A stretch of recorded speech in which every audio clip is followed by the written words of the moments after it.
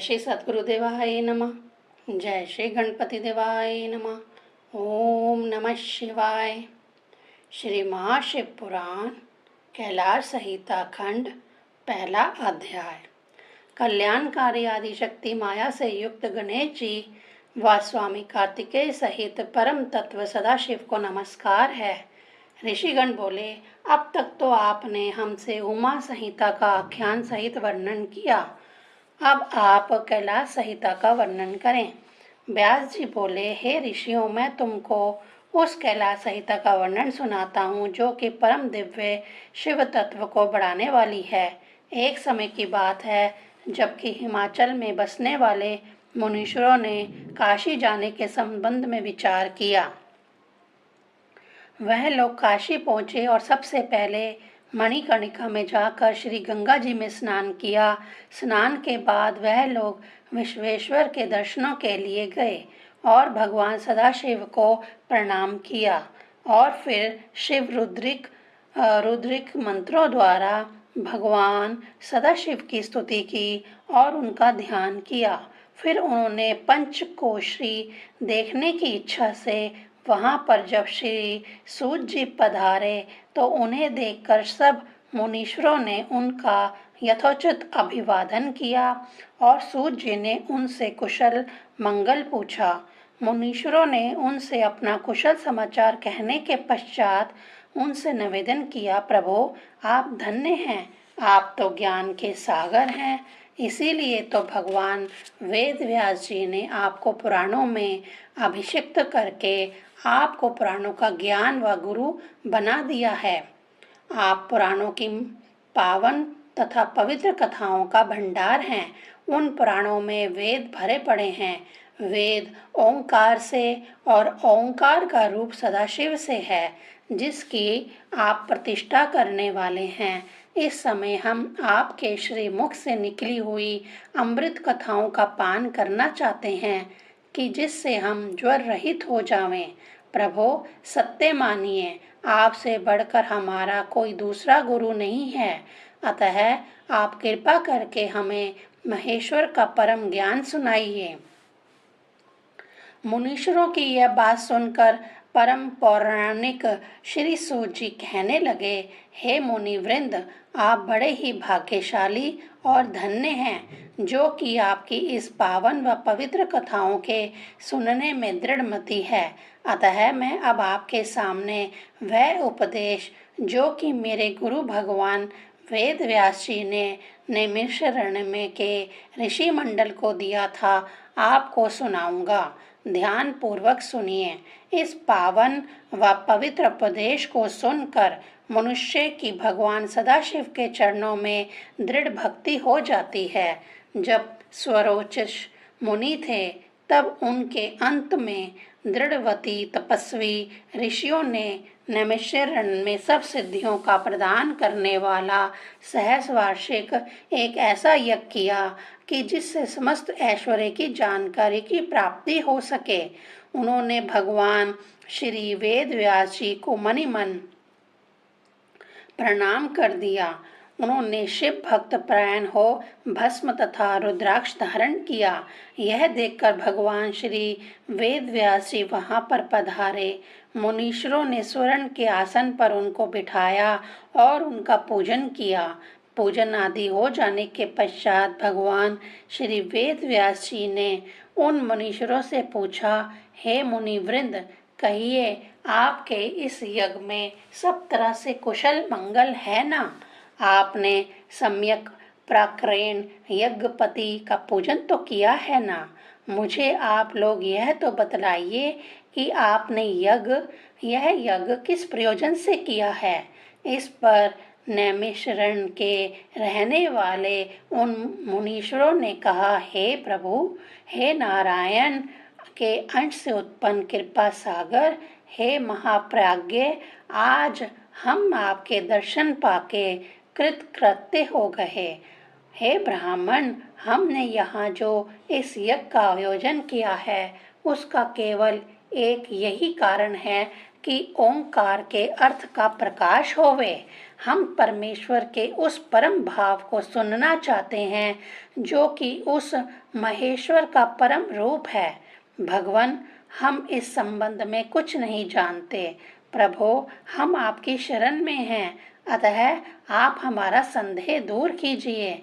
आप हमें विज्ञान रूपी नौका में सवार कीजिए और तार दीजिए। जब मुनीश्वरों ने भगवान श्री वेद व्यास जी से इस प्रकार की प्रार्थना की तो भगवान श्री वेद व्यास जी ने पहले भगवान सदाशिव का पार्वती सहित ध्यान किया और फिर इस प्रकार कहा। दूसरा अध्याय। व्यास जी बोले, हे विप्रों, आपका प्रश्न अति उत्तम है, जिसमें प्रवण अक्षर का अर्थ प्रकाशित करने वाले शिव का दुर्लभ ज्ञान निहित है। शिव तत्व का वास्तविक ज्ञान ही प्रवण अर्थ को प्रकट करने वाला है। यह ज्ञान केवल उस शिव भक्त को ही प्राप्त हो सकता है जिसकी भक्ति से सदा शिव प्रसन्न होते हैं। शिव भक्ति से रहित जन इसे नहीं प्राप्त कर सकता। इस विषय में आपको मैं एक कथा सुनाता हूँ। यह पार्वती जी व शंकर जी के संवाद में है। एक बार जब दक्ष जी की पुत्री सती ने अपने पिता की यज्ञ में शिव निंदा न सहते हुए शरीर त्याग दिया था, तब उसके बाद उसने हिमाचल के घर में जन्म लिया। उस जन्म में नारद जी की प्रेरणा से शिवजी को प्राप्त करने के लिए तप किया और तब हिमाचल ने प्रसन्नता से उन दोनों का विवाह कर दिया। इस विवाह से शिव सेवा ने असीम सुख प्राप्त किया। एक बार जब पार्वती जी शिवजी के पास शिखर पर बैठी हुई थी, तब उन्होंने शिवजी से कहा, हे नाथ, हे देव महेश्वर जी, मैं आपकी जन्म जन्मांतर से पत्नी हूँ। पूर्व जन्म में मैं ही सती थी, अतः अब आप मुझे मंत्र आदि के विधान सहित विशुद्ध तत्व का ज्ञान दें। पार्वती जी के ऐसे विचार जानकर सदाशिव ने कहा, हे देवी, तुम विशुद्ध तत्व का ज्ञान प्राप्त करना चाहती हो तो तुम्हें कैलाश पर्वत चलना होगा। वहां मैं तुम्हें विशुद्ध तत्व का ज्ञान प्रदान करूंगा। फिर वहां से कैलाश पर्वत पर पहुंचकर शिवजी ने देवी पार्वती जी को प्रवण मंत्र से दीक्षित कर उन्हें शुद्ध आत्मा में स्थित किया और उसके बाद श्री महादेव जी वहां से उठकर देवधाम में पधारे, जहां पर कि श्री पार्वती जी की सखियां कल्प वृक्ष के नवीन पुष्पों द्वारा उनको अलंकृत कर चुकी थी। भगवान श्री सदाशिव भगवती पार्वती जी का सुंदर मुख देखकर अत्यंत प्रसन्न हुए। फिर भगवती पार्वती ने उनसे पूछा, हे देव, मैं यह जानने की इच्छुक हूँ कि प्रवण कैसे प्रकट हुआ, इसकी कितनी मात्रा है और वेद आदि में यह किस प्रकार कहा जाता है, इसके कितने देवता हैं, वेद आदि की भावना किस प्रकार की जाती है और उसमें कितने प्रकार की क्रिया है तथा इसकी क्या व्यापकता है, इसकी कितनी कलाएं हैं और इसके पंचात्मकता क्या है, इसका कितना वाच्य वाचक का संबंध है और स्थापन किस प्रकार का है, इसका विषय क्या है, इसका संबंध क्या है, इसका प्रयोजन क्या है और इसका उपासक उपासना का उपास्य वस्त्र, उपासना का फल, अनुष्ठान विधि, पूजा का स्थान, मंडल, उनके ऋषि और न्यास की विधि का क्या क्रम है। हे प्रभु, यदि आपकी मुझ पर कृपा है तो आप मुझे यह सब बतलाइए। यह सब जानने की मुझे बड़ी इच्छा है। भगवती के इस प्रकार कहने पर भगवान सदाशिव ने इस तरह कहा। तीसरा अध्याय। शिवजी ने कहा, हे देवी, अब मैं तुम्हारे द्वारा पूछे गए सब संशयों का निवारण करता हूँ, तुम ध्यान से सुनो। इस एक अक्षर प्रवण के श्रवण मात्र से जीव शिव के समान हो जाता है। प्रवण अक्षर को जानने वाला ही मुझे जान सकता है। यह मंत्र सब मंत्रों का बीज है, बीज के समान ही सूक्ष्म तथा वृक्ष रूप में स्थूल, वेद से भी प्राचीन, वेद का सार और शिव स्वरूप है। यह वह त्रिगुणातीत और कर्ता रूप है। इस प्रणव अक्षर ओम में शिवजी ही सर्वथा विद्यमान हैं, जो उद्यान के संयोग सब कुछ विराट रूप स्थावर जगम दिखाई पड़ती है, सब प्रवण की ही माया है। यह एकाद अक्षर ही ब्रह्म और सब अर्थों का साधन है। यह ओम का आकार युक्त प्रवण शिवजी ही नहीं, सर्वप्रथम जगत का निर्माता है। शिव का प्रवण रूप और प्रवण ही शिव रूप है। वाच्य वाचक इनमें कोई भेद नहीं है। मैं शिव ही ब्रह्म रूप परम तत्व और एक अक्षर हूँ। वाच्य वाचक इसके अभेद को केवल विद्वान ही जान सकते हैं। प्रवण ही सृष्टि रूप है। केवल मुमुक्ष जन ही इस निर्विकार परमेश्वर प्रवण अक्षर को जान सकते हैं। यही महामंत्र सब मंत्रों का मूल है। इस ओंकार का ज्ञान मैं काशी में प्राण त्यागने वालों को देता हूँ। हे अंबिके, सर्वप्रथम मैं प्रणवोद्गार का वर्णन करता हूँ। इसके ज्ञान मात्र से परम सिद्धि प्राप्त होती है। इसके लिए सबसे पहले कला का उद्धार करो। आकार की आश्रित नृत्य कला का उद्धार करें। फिर इकार में ईंधन कला का, मकार में काल कला का, नाद में दंड और बिंदु में ईश्वर कला का उद्धार करें। यह 3 मात्रा और बिंदु नादात्मक का जप तो महामुक्तिदायक है। श्री ब्रह्मा जी से लेकर सब प्राणियों तक यह प्रवण ही सबका प्राण है। और उकार मकार क्रम से यह 3 मात्राएं हैं और फिर यही ओम हो जाता है।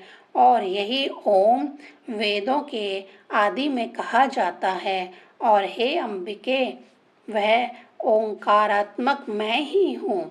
इस महान बीज के आकार के रजोगुण से ब्रह्मा और उकार जो प्राकृतिक योनि है, उससे सत्य गुण के पालन करने वाले हरि तथा मकार पुरुष बीज तमोगुण से संहार करता शिव उत्पन्न होते हैं। और जब इन साक्षात महेश्वरों को तिरोभाव होता है, जो कि बिंदु रूप है और सब पर कृपा करने के हेतु नाद रूप भी है, शंकर भक्त जब ध्यान लगावे तो भगवान सदाशिव को मस्तिष्क में धारण करके ध्यान लगावें, क्योंकि भगवान सदाशिव मंगल रूप हैं। यहाँ सर्वज्ञ, सत्य के कर्ता, सर्वश्रेष्ठता, निर्मल, अविनाशी, अद्वैत तथा पर ब्रह्म है। वही आकार की अपेक्षा में सब में व्यापक और उकार आकार के नीचे के भाग में व्याप्त हैं। शिव भक्त इस प्रकार की भावना करता हुआ इन आकार आदि 5 वर्णों में ब्रह्म को स्वरूप को देखे। हे महादेवी, सग, कामदेव, घोर, पुरुष, ईशान, यह 5 मेरी ही मूर्तियां हैं। 4था अध्याय। शिवजी जी ने कहा, हे देवी, अब मैं तुमसे संन्यास तथा आहिनिक कर्म का वर्णन करता हूँ, जो संप्रदाय का अनुरोध है। यति का कर्तव्य है कि वह सब प्रथम प्रातः काल उठे और उठकर उस गुरु का सिमरन करे, जो सहज दल वाले कमल में स्थित है। इस प्रकार भक्ति भावना से उसका पूजन करे व नमस्कार करे, और जो भी कुछ कार्य करे ऐसा विचार कर करे कि मैं जो कुछ भी कर रहा हूँ वह आप ही के बल व प्रेरणा का फल है। हे गुरुदेव, आपकी पूजा है, गुरु से इस प्रकार कहकर आज्ञा लेकर जितेंद्रिय हो आसन पर बैठकर प्राणायाम करे। मूल से लेकर ब्रह्म भाव तक के षड चक्रों का सिमरण करे, जिसमें अनंत तेज निहित है। फिर उसके मध्य में वह मुझ सच्चिदानंद निर्गुण ब्रह्म और अनामय रुद्र शिव का चिंतन करे और उसके बाद टहलने के लिए दूर तक चला जावे और उसके बाद नैमित्तिक कर्मों को करे। फिर स्नान आदि करके शुद्ध होकर अपने गुरु से सारी विधियां सीखे और पंचाक्षरी मंत्र का उच्चारण करता हुआ प्राणायाम करे। ओंकार रूपी ईश्वर का मन में ध्यान करना चाहिए और 3 अर्घ देने चाहिए। उसके बाद 308 बार मंत्र जप कर 12 बार तर्पण करना चाहिए और आचमन करके 3 बार प्राणायाम करना चाहिए। मौन होकर ऋषियों का सिमरन करना चाहिए। जब पूजा के मंडप में जाना हो तो मौन होकर आचमन करके जाना चाहिए। जब पूजा स्थान से बाहर निकलना हो तो पहले दायां पैर उठाना चाहिए। 5वां अध्याय। ईश्वर बोले, तब पृथ्वी को लीप कर दर्पण के समान शुद्ध व चिकनी बना लें और हाथ भर के 4 वस्त्र ग्रहण करके चौकों के स्थान की कल्पना करें तथा ताल पत्र लेकर उसके बराबर आयात के 13 भाग करके उस चतुर्थ मंडल में पश्चिम की ओर मुख करके आसीन हो। पूर्व की ओर से सूत्र लेकर दक्षिण और उत्तर के क्रम से 14 सूत्र बिछाएं, जिससे कि 169 कोण हो जाएंगे, जिनके बीच की कणिका के 8 कोष्ठ के बाहर उस समय काष्ठ का दल अष्टक होता है। इस प्रकार सभी श्वेत वर्ण के दल की कल्पना करके उसे पीला व लाल भी रंगे। हे सुरेश्वरी, तब इसके बाद उसकी दल संधि को भी लाल और काली करें। कर्णिका में प्रवण अर्थ को प्रकाशित करने वाला मंत्र लिखकर उसके ऊपर नीचे उसके नीचे ऊपर व पार्श्व में श्री कंठ लिखें। उसके ऊपर अमरेश, मध्य में महाकाल के सिर के निकट दंड लिखकर फिर ईश्वर लिखना चाहिए। फिर सिंहासन को श्याम रंग से तथा श्रीकंठ को पीले रंग से चित्रित करके अमरेश को लाल और महाकाल को श्याम वर्ण से चिन्हित करें। इसी प्रकार दंड को ध्रुव वर्ण व ईश्वर को धवल वर्ण से चित्रित करें। इस प्रकार का यंत्र संध्योजा मंत्र से अक्षदान करें। तब इसके बाद उठे हुए नाद से ईशान को भेद कर अग्नि आदि के क्रम से उसी भारी पंक्ति का ग्रहण करें। उसके 4 कोनों को श्वेत और लाल धातु से रंग कर 4 द्वार बनाएं और इधर उधर के कोष्ठ पीले रंग से भर दें। दक्षिण के कोष्ठ के आगे 8 दल का कमल चित्रित करें। इस विधि के अनुसार पृथ्वी में जैसा गुरु एवं आचार्य बताएं, सब दिशा मंडलों को चित्रित करके सूर्य की पूजा करें। 6वां अध्याय।